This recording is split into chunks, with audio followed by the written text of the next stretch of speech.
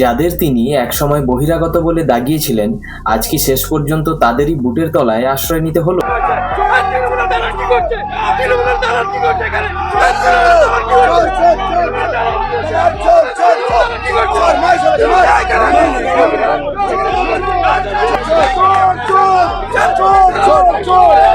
বাংলার রাজনীতির পরিচিত মুখ, নিজেকে টাইগার অফ বেঙ্গল দাবি করা এই গর্গ চট্টোপাধ্যায় সম্প্রতি এক অদ্ভুত পরিস্থিতির সম্মুখীন হলেন। এক ক্ষুব্ধ জনতার ভিড়, বাতাসে বারুদের মতো স্লোগান, চোর চোর চোর। পরিস্থিতি এমন পর্যায়ে পৌঁছলো যেখানে তাকে রক্ষা করতে এগিয়ে আসতে হলো সেই কেন্দ্রীয় বাহিনীকে, যাদের নিয়ে তিনি অতীতে একাধিকবার প্রশ্ন তুলেছিলেন। কিন্তু কেন এই পরিস্থিতি? সাধারণ মানুষের এই ক্ষোভ কি কেবল একজনের বিরুদ্ধে, নাকি এর গভীরে লুকিয়ে আছে অন্য কোনো সমীকরণ? আজকের ভিডিওতে আমরা এই পুরো ঘটনাটি ব্যবচ্ছেদ করব। ঘটনাটি একটি নির্বাচন সংক্রান্ত অনুষ্ঠানের। ভিডিওতে দেখা যাচ্ছে গর্গ চট্টোপাধ্যায় যখন অনুষ্ঠান থেকে বেরোচ্ছিলেন বা সেখানে উপস্থিত ছিলেন, তখন স্থানীয় মানুষ এবং উপস্থিত জনতা তাকে ঘিরে ধরে। স্লোগান দেওয়া হয় তৃণমূলের দালাল এবং চোর চোর হিসেবে। ভিডিওতে ভালো করে লক্ষ্য করলে দেখা যায় গর্গবাবু বেশ অস্বস্তিকর অবস্থায় পড়েছেন।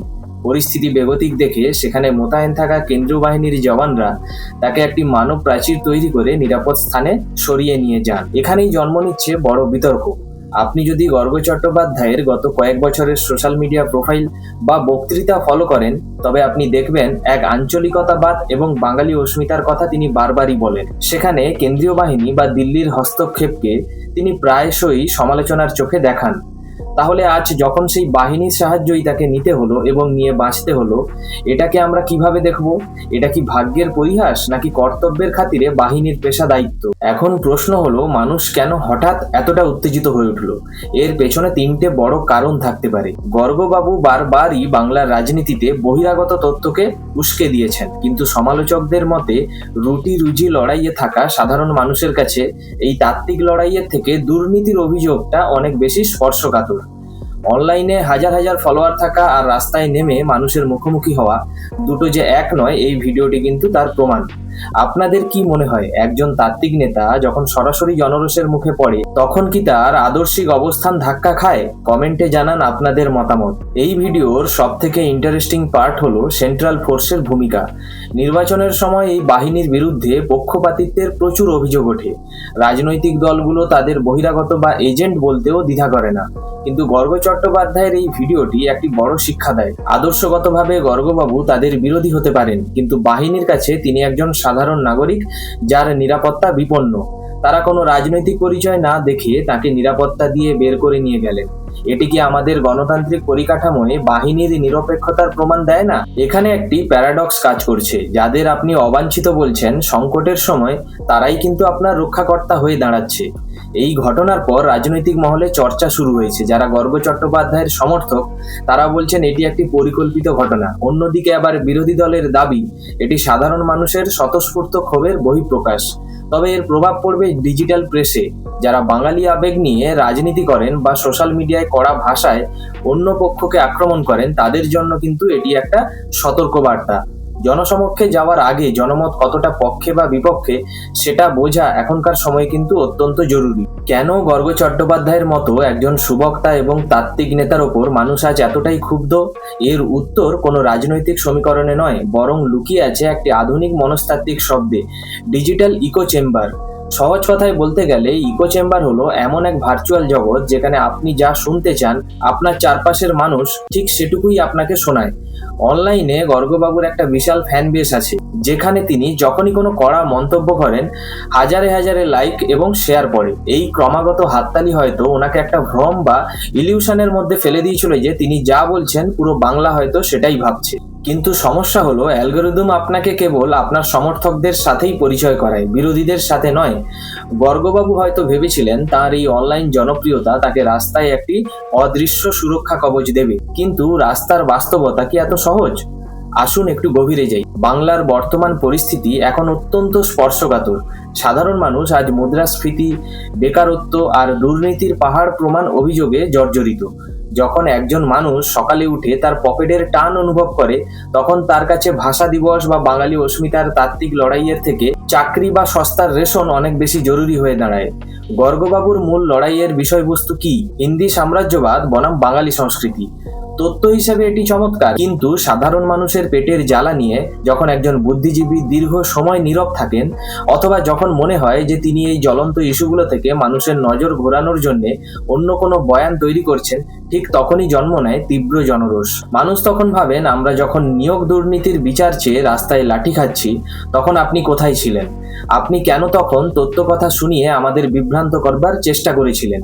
ভিডিওতে যখন জনতা তাকে লক্ষ্য করে চোর চোর বা দালাল স্লোগান দিচ্ছে, তখন কি তারা কেবল গর্গ চট্টোপাধ্যায় নামের এক ব্যক্তিকে আক্রমণ করছে? ভালো করে বিশ্লেষণ করলে দেখবেন না, এটি আসলে সেই সমস্ত আইভরি টাওয়ার বা শীততাপ নিয়ন্ত্রিত ঘরে বসে থাকা বুদ্ধিজীবীদের বিরুদ্ধে প্রতিবাদ, যারা মাটির কাছাকাছি থাকা মানুষের স্পন্দন অনুভব করতে ব্যর্থ হয়েছেন। অনলাইনে কয়েক লক্ষ ভিউ পাওয়া আর রাস্তার মাঝখানে কয়েকশো মানুষের ক্ষোভের মুখে পড়া, দুটো যে সম্পূর্ণ আলাদা জগৎ, গর্গবাবু সম্ভবত সেদিন সেটা হাড়ে হাড়ে টের পেয়েছেন। এটি আমাদের সবার জন্যই একটা শিক্ষা। সোশ্যাল মিডিয়ার কমেন্ট সেকশন দিয়ে কখনোই আস্ত একটা রাজ্যের পালস বোঝা যায় না। আপনাদের কি মনে হয়, বুদ্ধিজীবীরা কি সত্যি সাধারণ মানুষের সমস্যা থেকে দূরে সরে গিয়ে কেবল তাত্ত্বিক তর্কে মেতে আছেন, নাকি গর্গবাবুর এই হেনস্থা আসলে একটা বিচ্ছিন্ন ঘটনা? আপনাদের চিন্তা ভাবনা আমাদের কমেন্টে জানান, আমরা প্রতিটা কমেন্ট কিন্তু পড়ি। এখন আসা যাক এই পুরো ভিডিওর সব থেকে বিতর্কিত এবং একই সাথে সব থেকে আয়রনিক বা বিদ্রুপাত্মক দিকটিতে। রাজনীতিতে একটা কথা আছে, কাউকে আক্রমণ করবার আগে ভেবে নিন, কাল হয়তো তার দরজাতেই আপনাকে কড়া নাড়তে হতে পারে। আপনারা কি জানেন, গর্গ চট্টোপাধ্যায় এবং তার সংগঠন বাংলা পক্ষ গত কয়েক বছর ধরে কেন্দ্রীয় বাহিনীকে নিয়ে ঠিক কি ধরনের মতবাদ বা কি ধরনের বয়ান তৈরি করেছেন?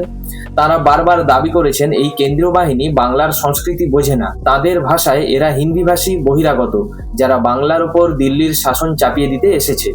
এমনকি নির্বাচনের সময় এই জওয়ানদের ভূমিকা নিয়েও তিনি বারবার তীব্র সমালোচনা করেছেন। কিন্তু আজ ভাগ্যের এই নিষ্ঠুর পরিহাস। ভিডিওতে খুব ভালো করে লক্ষ্য করুন, যখন উত্তেজিত জনতা তাকে প্রায় ঘিরে ফেলেছে, তখন স্লোগানের চোটে কান পাতা দেয়, তখন তাকে রক্ষা করতে কারা ঢাল হয়ে দাঁড়ালেন? কোনো বাঙালি কি অস্মিতার সমর্থক? একেবারেই না। তাকে বাঁচাতে এগিয়ে এলেন সেই উর্দিধারী জওয়ানরা, যাদের তিনি একসময় বহিরাগত বলে দাগিয়েছিলেন। এখানেই ফুটে ওঠে ভারতীয় সংবিধানের প্রতিষ্ঠানগুলোর প্রকৃত মাহাত্ম্য। সেই জওয়ানদের কাছে গর্গ চট্টোপাধ্যায়কে বা তিনি অতীতে তাদের নিয়ে কি গালাগাল দিয়েছেন সেটা কিন্তু বড় ছিল না। তাদের কাছে বড় ছিল তাদের প্রফেশনাল ডিউটি বা পেশাদারিত্ব। একজন জওয়ানকেও কি দেখলেন তাকে ধাক্কা দিয়ে সরিয়ে দিতে অথবা তার বিপদে মুখ ফিরিয়ে নিতে? একেবারেই না। বরং তারা ধৈর্যের সাথে একটা মানব প্রাচীর তৈরি করলেন, যাতে কোনো উত্তপ্ত হাত গর্গবাবুর পর্যন্ত পৌঁছতে না পারে। এখানেই একটা বড় প্রশ্ন উঠে আসে, যা আমাদের সবাইকে ভাবাচ্ছে। আমরা কি সস্তা রাজনীতির খাতিরে আমাদের জাতীয় এবং সাংবিধানিক প্রতিষ্ঠানগুলোকে অহেতুক আক্রমণ করি না? রাজনৈতিক নেতাদের আক্রমণ করা এক জিনিস, কিন্তু যারা দেশের সীমান্ত বা অভ্যন্তরীণ নিরাপত্তা রক্ষা করেন, সেই বাহিনীকে রাজনীতির ঘোলা জলে টেনে নামানো কি ঠিক? আজ যখন সেই বাহিনীর ঘাম আর তৎপরতায় গর্গবাবু নিরাপদ স্থানে পৌঁছলেন, তখন কি তার পুরনো সেই বহিরাগত তত্ত্ব মুখ থুবড়ে পড়ল না? নিরাপত্তার এই রাজনীতি বড় অদ্ভুত। আপনি যখন মাইক পান তখন আপনি বাহিনীকে গালমন্দ করেন, কিন্তু যখন আপনার নিজের নিরাপত্তা বিপন্ন হয়, তখন আপনি সেই বাহিনীর ঊর্ধ্বের আড়ালেই কিন্তু আশ্রয় খোঁজেন। এটাকে কি আমরা সুবিধাবাদী রাজনীতি বলবো না? অনেকে বলছেন এটি কেন্দ্রীয় বাহিনীর একটি বড় নৈতিক জয়। তারা প্রমাণ করে দিল যে তাদের আক্রমণ করলেও বিপদের দিনে তারাই কিন্তু পাশে দাঁড়ায়। এটি কি গর্গ চট্টোপাধ্যায়ের আদর্শিক অবস্থানের ওপর একটা বড় চটকঘাত নয়? আপনার কি মনে হয় না আজ গর্গবাবুর উচিত প্রকাশ্যে এই জওয়ানদের ধন্যবাদ জানানো, নাকি তিনি আবারও ক্যামেরার সামনে এলে বলবেন যে এটিও একটি রাজনৈতিক ষড়যন্ত্র ছিল, নাকি তিনি বলবেন জওয়ানরা কেবল তাদের কাজ করেছে, এতে কৃতজ্ঞতা হওয়ার কিছু নেই? একজন নেতার কথা আর কাজের মধ্যে যে আকাশ পাতাল পার্থক্য, এটাকে কি সাধারণ মানুষ মেনে নেবে? কমেন্টে আপনার কড়া মতামত জানান, কারণ আপনাদের একটি মন্তব্য আমাদের এই আলোচনার গুরুত্ব অনেক গুণ বাড়িয়ে দেয়। ভিডিওটি দেখলে একটা প্রশ্ন আমাদের মাথায় বারবার ঘুরপাক খায়, স্লোগানটা চোর চোর কেন হলো? জনতা তো তাকে গো ব্যাক বলতে পারতো বা তার আদর্শের বিরুদ্ধে কোনো স্লোগান দিতে পারতো, কিন্তু তারা বেছে নিল এই একটি বিশেষ শব্দকে কেন? কারণ বর্তমান বাংলার রাজনীতিতে চোর শব্দটি কেবল একটি গালি নয়, এটি সবথেকে শক্তিশালী একটা রাজনৈতিক অস্ত্র। আমাদের বিশ্লেষণ করতে হবে এর পেছনের গভীর মনস্তত্ত্ব। লক্ষ্য করুন, গর্গ চট্টোপাধ্যায় কোনো মন্ত্রী নন, কোনো সরকারি আমলা নন, এমনকি কোনো দুর্নীতি তদন্তেও তার নাম নেই। তবুও সাধারণ মানুষ কেন তাকে এই ট্যাগ দিল?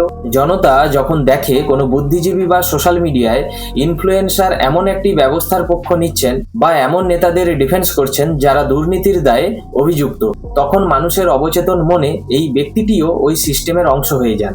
মানুষের মনে তখন প্রশ্ন জাগে, আপনি যদি দুর্নীতির বিরুদ্ধে না লড়েন তবে কি আপনি পরোক্ষভাবে তাকে সমর্থন করছেন? বাংলার বাতাসে এখন নিয়োগ দুর্নীতি বা রেশনের চাল চুরির যে দীর্ঘশ্বাস ভাসছে তা প্রতিধ্বনি শোনা গেল সেই উত্তেজিত জনতার গলায়। সাধারণ মানুষের কাছে গর্গবাবু কিন্তু ব্যক্তিগত শত্রু নন, বরং তিনি সেই ব্যবস্থার একটি প্রতিচ্ছবি হয়ে দাঁড়িয়েছেন যার ওপর মানুষ চরম বীতশ্রদ্ধ। এটি আসলে সিস্টেমের প্রতি সাধারণ মানুষের পুঞ্জীভূত অনাস্থার বহিঃপ্রকাশ। এই ভিডিওটি একটি অত্যন্ত গুরুত্বপূর্ণ সত্য আমাদের চোখে আঙুল দিয়ে দেখিয়ে দিচ্ছে।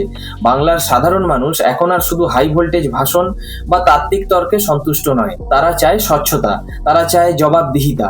একজন তাত্ত্বিক যখন কেবল অবাঙালি অস্মিতার কথা বলেন, তখন অন্যদিকে বাংলা মেধাবী যুবক যুবতীরা চাকরির দাবিতে রাস্তায় বসে রোদ বৃষ্টি সহ্য করেন।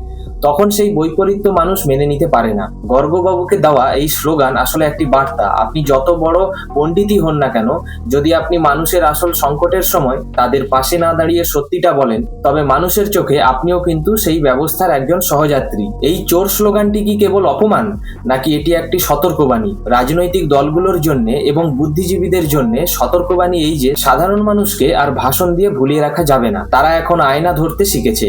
এই 1 মিনিট 22 সেকেন্ডের ফুটেজে গর্গ চট্টোপাধ্যায়ের যে পরিস্থিতির শিকার হলেন তা আসলে কিন্তু বর্তমান বাংলার একটি খণ্ডচিত্র। সেখানে মানুষের ধৈর্যের বাঁধ ভেঙে যাচ্ছে এবং তারা সরাসরি প্রশ্ন করতে শুরু করেছে। আপনার কি মনে হয়, গর্গ চট্টোপাধ্যায় কি কেবল বলির পাঁঠা হলেন, নাকি এই ধরনের সামাজিক হেনস্থা আসলে এক ধরনের গণজাগরণ?